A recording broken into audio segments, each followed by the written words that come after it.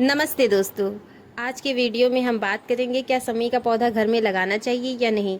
तो हाँ, घर पे समी का पौधा लगा सकते हैं, लेकिन वास्तुशास्त्र के अनुसार इसे घर पर नहीं लगाना चाहिए, बल्कि बाहर बालकनी या छत या गार्डन या घर के बाहर मुख्य द्वार के बाईं ओर लगाना चाहिए।